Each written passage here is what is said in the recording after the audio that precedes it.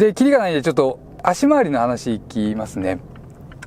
さっきね、リアシートは多少ネガティブな印象でした。あの後しばらく乗っていてもね、そこは変わらず。このエンジンがね、自分がずっといいと言い続けてきた 1500cc 最高と言い続けてきたこの P5VPS の良さが、例えばそれは細かい領域で反応があったりとか、もうすごく細かいところでもね、音やその他でね、音が大きいかな、反応を返してくれたりとか、バフンとね、回転落ちがすごく早い。上がった瞬間にスッと落ちる。これぞレスポンスがいいエンジンっていうのがね、もうここで感じられて、ドライバーがもうちょっとトルクが欲しいよって思った時にシフトダウンしてくれて、これが良さとして感じられるのは間違いなく運転席。これはちょっとね、ほんと楽しみにしててください。もう自分もその話をしたくて。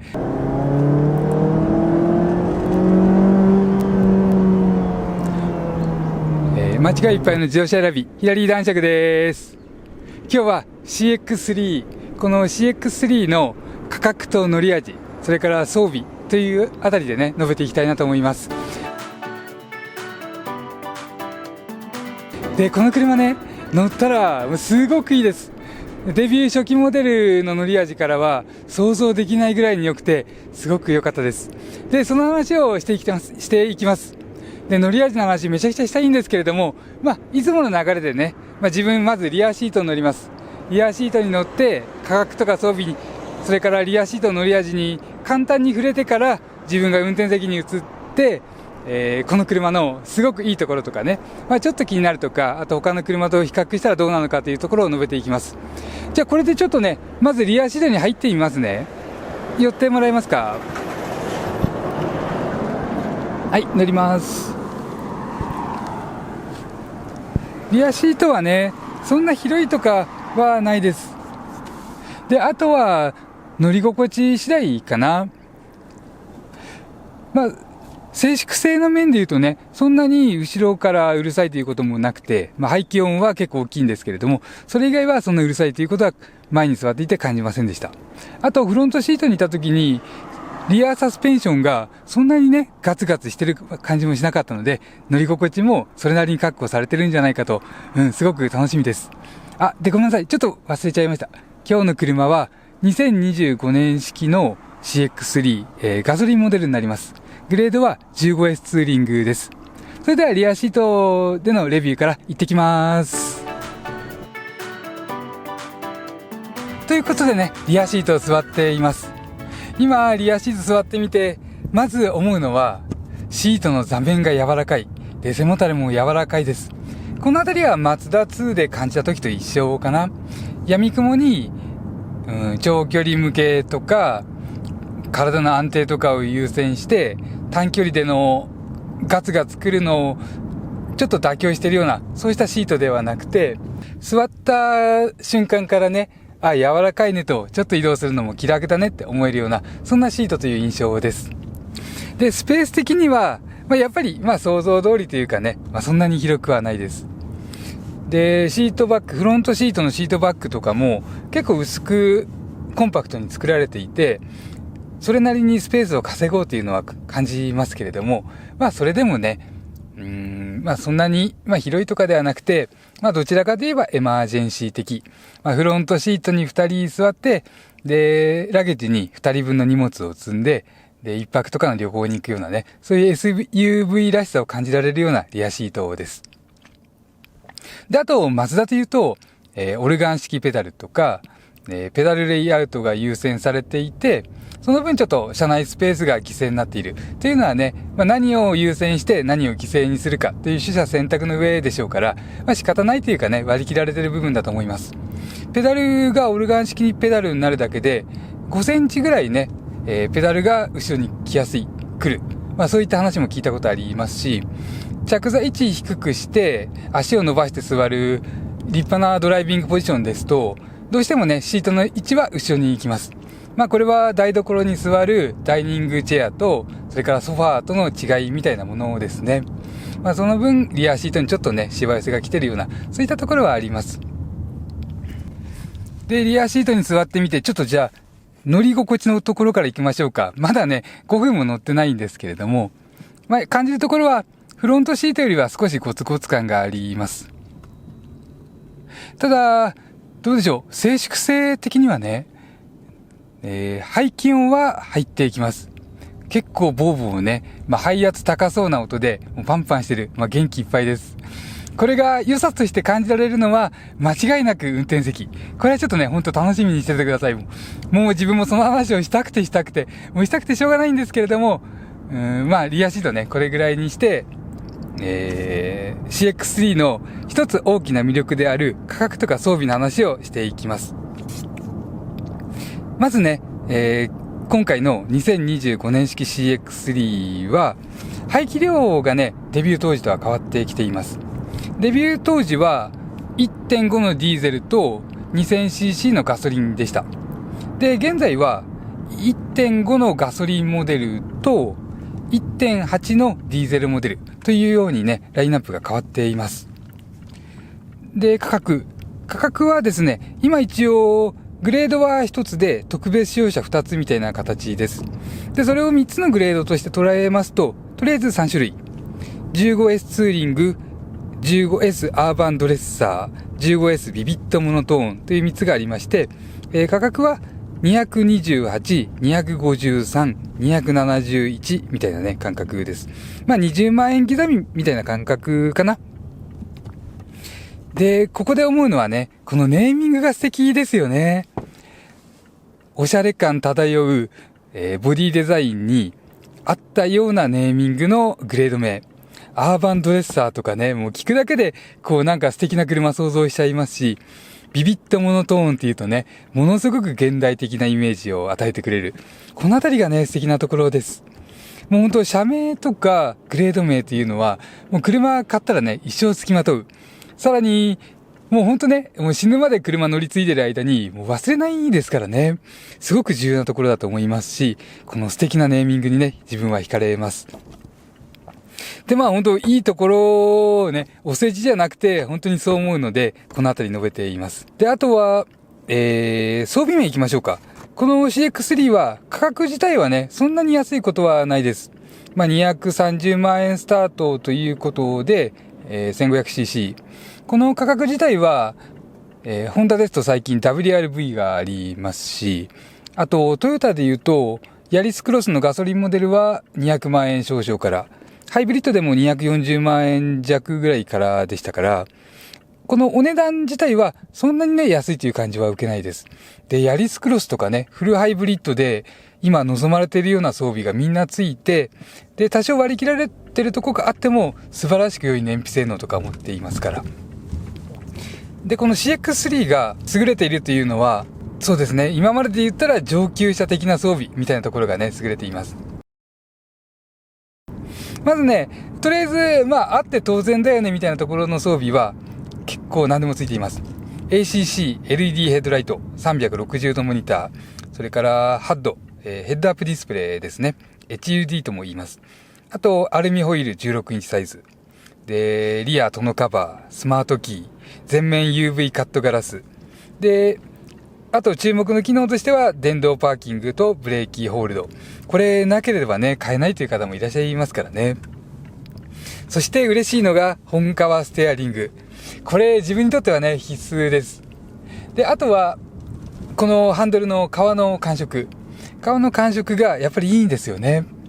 結構車の革って車によって違います。もしくはメーカーによっては何種類か用意されていて松竹梅みたいな感じを受ける時がある。で、この CX3 はマツダの中で末っ子にもかかわらず触った感じね、肌触り悪くなくてグリップ力もある革になっています。で、ごめんなさい、もう一つありました。安全装備としてブラインドスポットモニターとリアクロストラフィックアラート、このあたりがね標準になっています。で、お値段が230万円で、あとね、欲しいけどちょっと省かれる、もしくはグレードによるといったところで、まずヒーテッドドアミラー。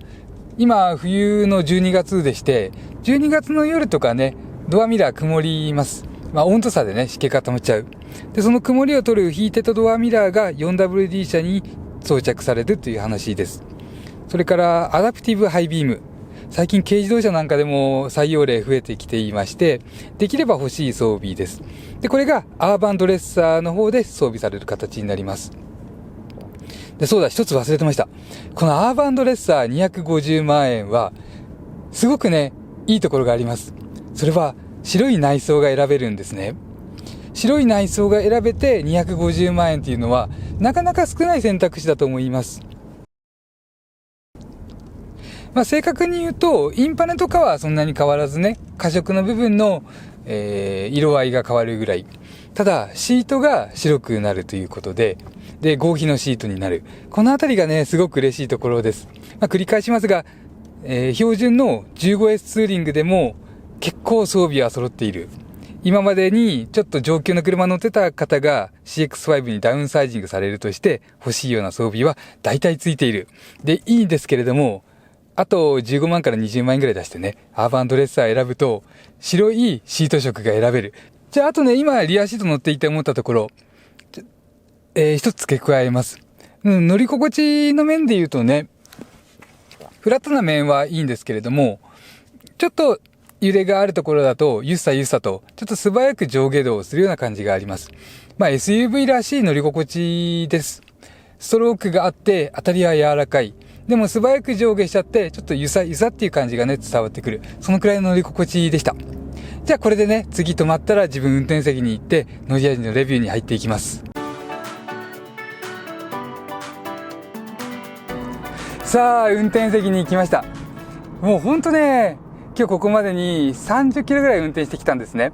やっぱりこのレビュー取り始める前に少しは走って、感覚つかんで、で、この辺をお伝えしたいな、述べたいな、口にしたいなっていう部分を少しはまとめるんですけれども、もう、最初のね、今日、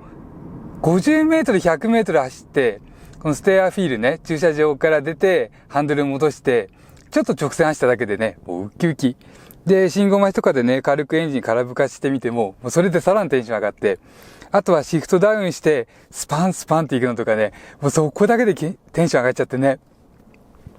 で、タコメーターもちょうどね、中央に来ていて、理想ですよね。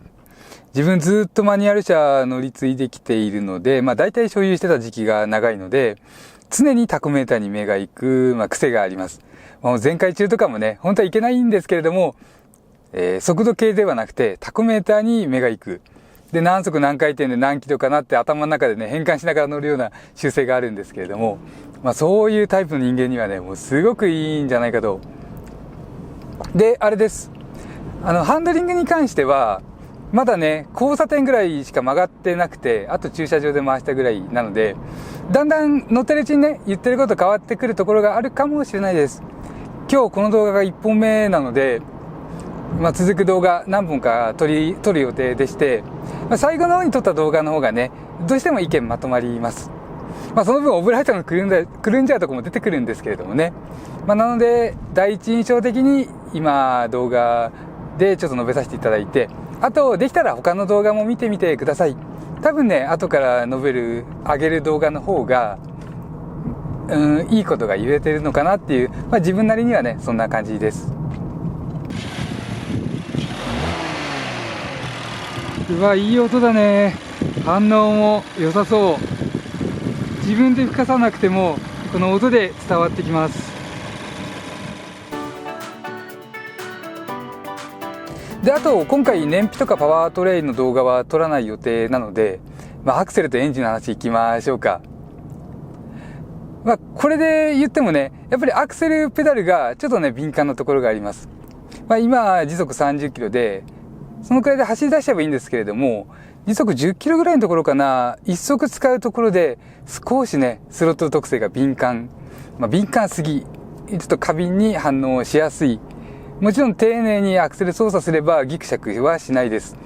少し神経使うかもしれないといったところでしょうかね。ちょっと言っちゃいますね。で、その代わり、このエンジンがね、自分がずっといいと言い続けてきた 1500cc 最高と言い続けてきたこの P5VPS の良さがこの車で味わえます。例えばそれは細かい領域で反応があったりとか、もうすごく細かいところでもね、音やその他でね、音が大きいかな。車の動き動向より細かい操作でも音の変化で、反応を返してくれたりとか、それがね、ありますね。で、実はね、今日乗ってる一つの理由が、高圧縮になってからの、P5VPS、圧縮比10オンでね、マツダ2にモデル途中から追加された、若干変更を受けた P5VPS 同じ 1500cc のエンジンがありまして、それとこの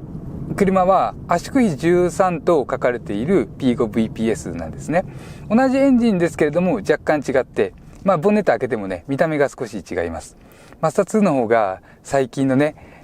空気を薄く、ごめんなさい、ガソリンを薄く、燃費優先だねみたいなところがね、視覚的にもわかる、ボンネットの中ね。で、それとこの従来型をメインにしているであろう P5VPS で、どう違うのか、どっちがいいのかとちょっとね、自分の中で迷いがあったのでね、で今日ははっきりしました。で、これはマツダ2との比較の動画これから撮るので、そこで述べたいかなと。でもね、とりあえずいいです。あとちょっとね、空いてたら試したいんですけれども、AT がすごくいいね。これこの前のやっぱマツダ2とも違うかなって、もうそっちの話になっちゃうか。このドライバーがもうちょっとトルクが欲しいよって思った時にシフトダウンしてくれて、ちょっと車線移行しますね。でね、マニュアルモードでもうバスンバスンいくんですね。マニュアルで言ったらもうバーンってクラッチ繋いじゃったような感じです。バシュンとタコメーターが跳ね上がる。タコメーターのこの針が上がるレスポンスというのも車によって違います。正確に言うと価格によって違うのかな。このメーターにも精度とかその動きのいい悪いっていうのがありまして、でそれもいいと思いますし、あとはもう直接の反応、音、あとはそうね、ニュートラルにして軽く空吹かした時とかね、バフンとね、回転落ちがすごく速い。上がってもっさり落ちるんではなくて、上がった瞬間にスッと落ちる。これぞレスポンスがいいエンジンっていうのがね、もうここで感じられて、すごくね、気持ちいいです。で、ごめんなさい、なかなかね、今日昼間の走行なので、シフトダウンして音とかね、アクセル踏んだところ出したいんですけれども、なかなかあれかな。とりあえずね、そういったレスポンス、音、あと AT の良さ。AT というのがね、基本的なコンポーネンツは、一応マツダ内製とか、あとはどっかから買ってきてね、そのマツダの味付けされているとか、厳密に言うと、いろいろタイプもあって、で、愛信のトランスミッション 6AT が、すごく数値上はね、変速のレスポンスがいいとか、いろいろあるにしても、味付け次第でね、もう大きく変わると思うんですね。で、これが、車重とか、スロットル特性とか、そういったあたりを全部まとめて考えても、マツダの 1500cc で今日のこれが一番いいかな。以前デビュー当時の、1500cc のディーゼルはちょっとね、記憶にあります。で、それはね、ちょっと足が棒すぎてガッツンガッツン動かないけど、微妙なプカプカ感がね、ずっと続いたみたいなところが印象、強くて、あれだったんですけれども、そういうディーゼルと比べてもね、このガソリンエンジンと AT のマッチングと、モデル古いから熟成という言葉使っていいのかな。すごくね、いいです。率直に言ってこの前のマツダ2より良さを感じます。これはね、ちょっと後にして、こういったところのトルクの出方と、そうですね、音と、いろんなところがいい。で、AT もやっぱり、その、コンポーネンツより味付け、マッチングというのがね、すごく重要かなと。で、トルク欲しい時に、比較的早く一段シフトダウンしてくれるので、トルク不足とかね、無理に低回転を使わせるようなところがない割り切りというのもね、いいと思います。あと、アクセルペダルにはキックダウンスイッチというのがあって、アクセル踏んだ後にもう一段ね、もう数ミリですけれども、クッと踏めるところがある。で、ここ踏むと、キックダウンというかね、そこまでにキックダウンはもうされちゃっているので、全開だよ、みたいなね、合図になりますかね。ちょっとアイドリングストップしちゃった。アイドリングストップは、自分は切る派ですかね。右下のアイストップというボタンをちょっと微妙に長押しすることで、アイドリングストップが切れます。で、ごめんなさい。ここではね、ちょっと一つね、今日の車弱点っぽい振動が出ます。回転数が落ちすぎて苦しそうな振動を出すギリギリを使うんですね。今エアコンは使ってないです。でもエアコン使ってると AC が回った瞬間とか、アイドルアップが効かないところ、もしくはこのファンが回った時とかね、ブレーキの踏み方とかで今ブルブルブルって振動が出ています。これに関してはリアシートよりフロントシートの方が大きく目立ちます。ニュートラルにするとね、少し回転数上がってね、消えるんで、やっぱりこのエンジン回転数の部分ですかね。場合によっては、エンジンの空気数周りの汚れとか、そういうのも関わってきて、これが出たりもします。ただ、今日の車はまだ走行距離4000キロなのでね、そういった可能性は低いです。で、ハンドル話、現時点で述べられるところまで述べます。これがね、ここも、ちょっとマツダ車の中では変わってきてるねって思うポイントです。まず、すごいね、補打する力が強いです。中心も固められてるまで言っていいかどうかぐらい、結構中心が落ち着きます。そういう乗り方でね、車の情報、ハンドルに行きたい方向を邪魔しないように乗る。もういくらでもできます。ただ車の行きたい方向っていうのは、ちょっと今までのマツダ車よりは感じにくい方向になってきたなと。これは時代の流れですかね。で、キリがないんでちょっと、足回りの話いきますね。さっきね、リアシートは多少ネガティブな印象でした。あの後しばらく乗っていてもね、そこは変わらず。ただ、フロントシートは、荒っぽさがないし、結構フラット感もあるし、細かなコツコツとか、プルプルもなくて、今日ベストですね。速度的には80キロまでしか出していないくて、あと、こういうトロトロ運転が多かったので、この状態で現状で分かるところ、乗り心地がね、すごくいいです。ふわふわして、ふわっと伸び上がったり、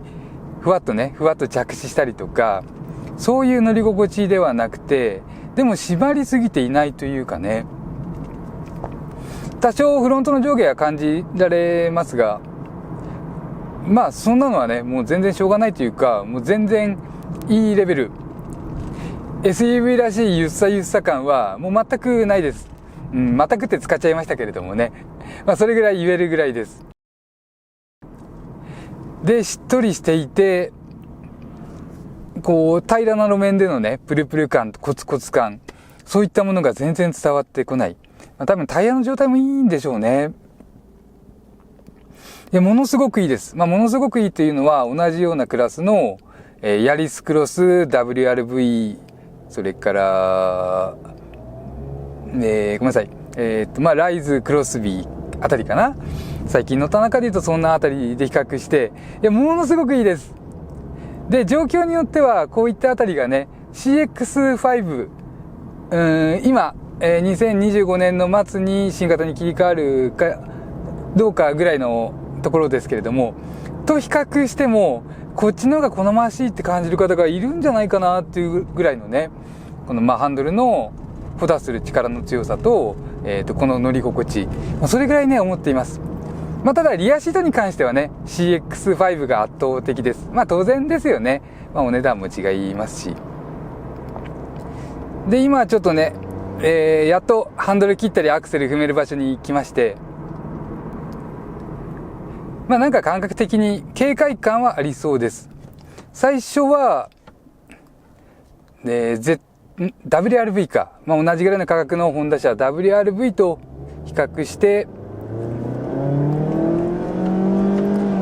WRV のね重厚感に車の質でかなわないでしょと。値段の質が同じぐらいで装備こっちの方が断然良くて、車の質でねかなわないでしょと。設計粘土とかもありますしね、なんて思っていたんですけれども、意外とね勝負できる。意外とそうですね。意外とっつったら失礼だな。同じようにね、もう普通に同格として勝負できる。で、装備いいとしたら、こっちの方がお買い得感っていうのはありますね。やっぱり、WRV はね、リアシートが圧倒的です。兄貴分のベゼルより、それどころか、兄貴分の ZRV より優れてるって感じるぐらいのリアシートを持っていますから、そこではね、大きな差がある。広さも着座感も乗り心地も。ただね、フロントシートにいる限りは、軽快。そしてエンジンが圧倒的にいいです。やっぱりこの P5VPS1500cc 最高だね。WRV めちゃくちゃいい中で、エンジンに関してだけはちょっと惜しい。日本のホンダの 1500cc とは少しね、感覚違うんですよね。少しというか、振動面、音の面で荒っぽいところ、雑な部分が出やすい。で、すごく目立つ。今は3000回転から4000回転でちょっとね、走っていました。で、喋りながらも頭なんか別のこと考えてるわけです。それでね、レビュー話していく。その中でね、やっぱり振動少ないねと、アイドリングの時の回転数がギリギリまで下げすぎで振動出てるところはあるにしても、走ってるとね、もう全然振動気にならない。4気筒らしいというかね、すごくいいです。ちょっと踏めるかな、今2速なんでね。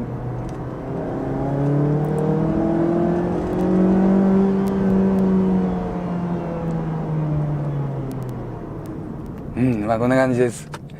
じゃあ、あとね、ちょっと次の動画とかでいろいろ別のことも述べていってね、多分またもっと深い話もできてくるような感じにしますので、また別の動画もよろしくお願いします。あと、最近ね、ハイプポイントというのが始まりました。いいねボタンを押した後に、ハイプもどうですかみたいな案内が出るんですけれども、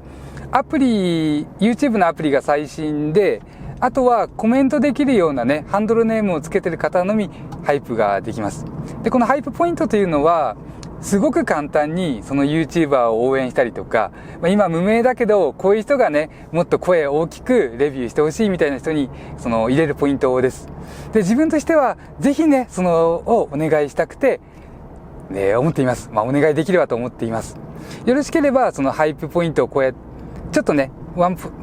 ポチッと押すだけですので、できましたらよろしくお願いします。以上、間違いいっぱいの自動車選び、ヒラリー男爵でした。